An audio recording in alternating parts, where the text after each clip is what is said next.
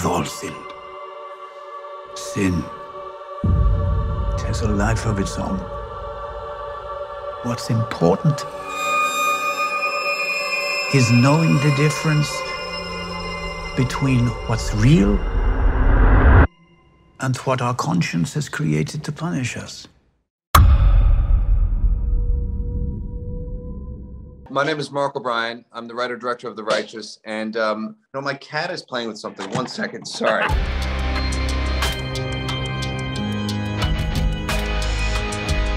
Well, I'll give you the log line. It's an ex-priest is burdened by the wrath of a vengeful God after being visited by a mysterious stranger.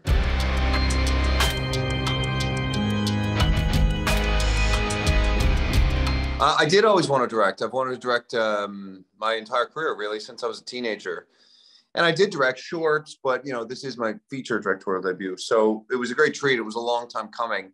And I loved the experience. And I think part of that is probably because as an actor who's directing, I'm used to being on set. I understand kind of the mechanics of set and the timelines and how it works and all the practical notions I really understand just from sheer amount of time of doing it. But directing, it was really great that I had sort of a foundation from directing short films and from watching so many films and being on set so much that it wasn't a stressful endeavor. And it can be. I understand how it can be. But for this, it was like I was so ready for it that I was really comfortable. And it was the greatest experience of my life, to tell you the truth.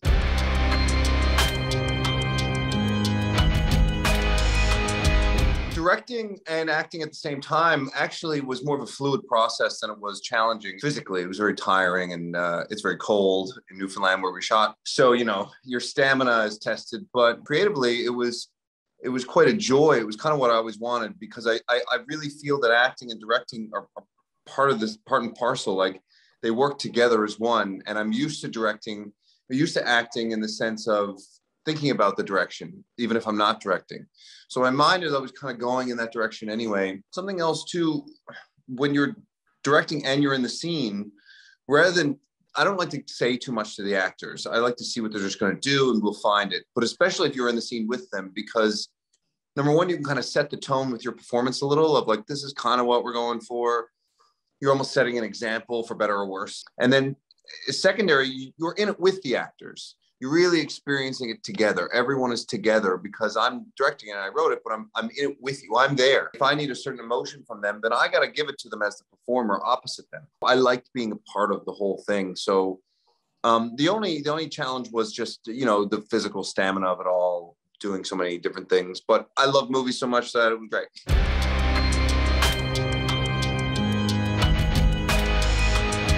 I watch so many movies. I watch a movie every single morning for like over 20 years now, and at night, different movies. So we watch 2 movies a day. Plus, I'll go to the theater to see a movie during the day if I have a day off. So just so many movies that you kind of consume over time, that it all becomes part of your foundation. So I don't want to give you a non-answer, because I do want to cite some people, but there was no one really directly I was thinking about, except for one. I think I thought about Michael Haneke a lot, because he plays with the audience in a way that makes you want to keep watching. He's kind of playing with you in a way that you don't really know what's going on, but you want to keep watching. So I did, because I knew the movie had a certain amount of ambiguity, and I didn't want to lose the audience. I didn't want the audience to be like, what's going on? And Michael Haneke does that very well. So I did kind of think about him a lot of how does he do that in a way that he's not alienating his audience.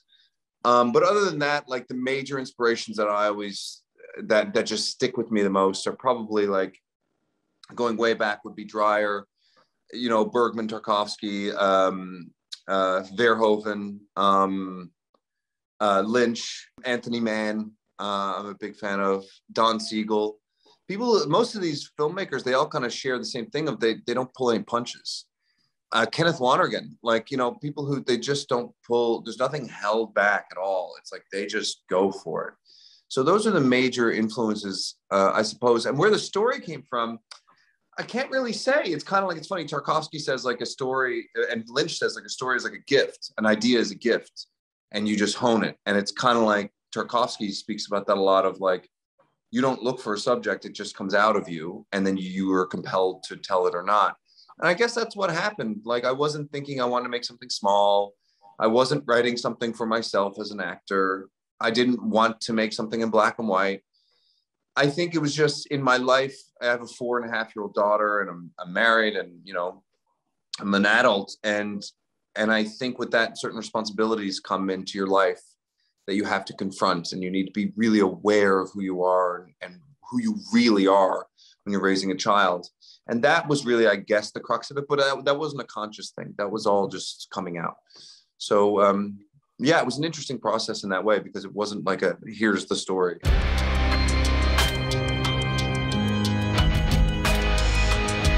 No, that's what's funny. And a lot of my cinephile friends like love horror movies, and I never did, because I was like, I don't like the gore, and I was like, I don't like some of the stuff. I'm just not into it.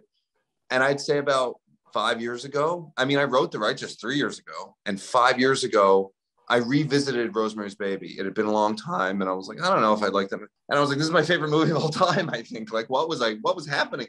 So something changed for me.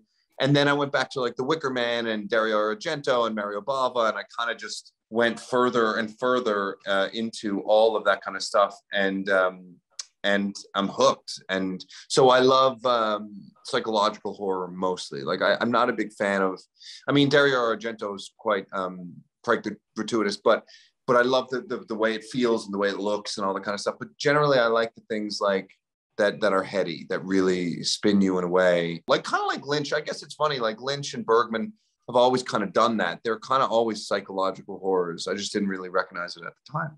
And then there's more mainstream people that I love, like Jordan Peele. I can't wait to see his next film. And you know, there are a lot of fun, exciting genre directors that now like I look to that I'm excited by, because horror is so great because you can tell another story. It's the Trojan horse to tell another story, but it's also like keeps the audience engaged so much. You're just engaged because anything can happen in a genre movie, in a supernatural movie or whatever. You have no idea what's going to occur.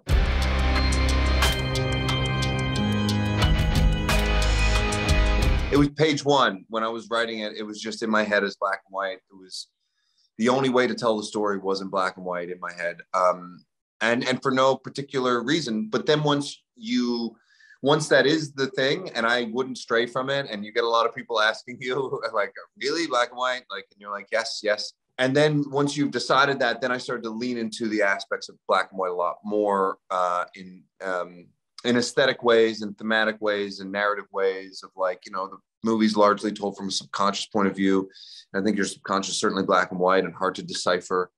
There's more mystery with something in black and white because there's less information. You don't know what color it is. So it just creates an uncertainty. And I always thought of it as in Frederick, the character of Frederick sees everything in black and white, but everyone else sees in color. He's seeing things in black and white because he can't get underneath it to get to the truth of himself.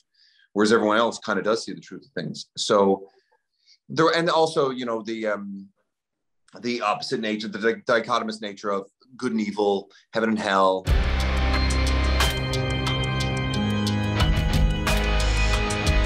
He's a wonderful actor. Henry Czerny is one of the best actors I know, and he's one of the best people I know. I suppose he was right for the role in a number of ways too, like his age, his look. He has sort of a regal quality, and he looks like someone who's really erudite and kind of put together. And so I thought it'd be great to kind of use that on the surface, but underneath, he's actually someone else.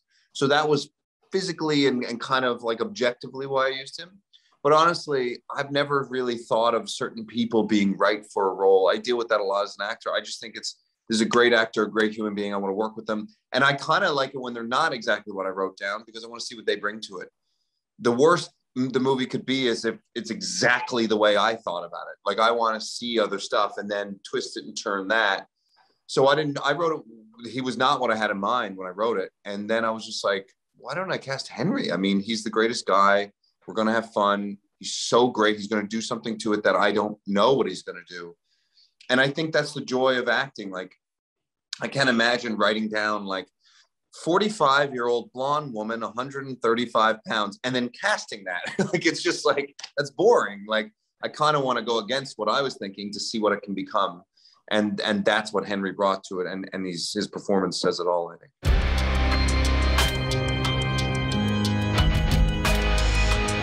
So I'm doing a series right now for AMC called 61st Street, which the first season just played. I'm not sure in Europe I know it's over there because it's on AMC Plus. I'm not sure the timing of the release. And season 2 is coming out next year, which we've already shot.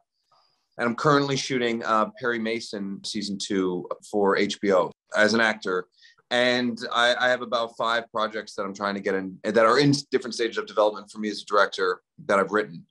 So I've written a lot of material, and it's kind of, I know the one I want to do next, and I just hope it lines up. Like a lot of pieces have to fall into place, but I'm very confident that it's going to come together. And it is sort of it's a sisterhood story about witches, these 3 sisters, set in no time and no place. So it's just kind of anywhere.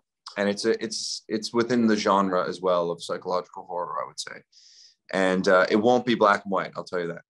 Make us see things and hear things. Does God scare you more than the devil? Is that it? Yes! Why?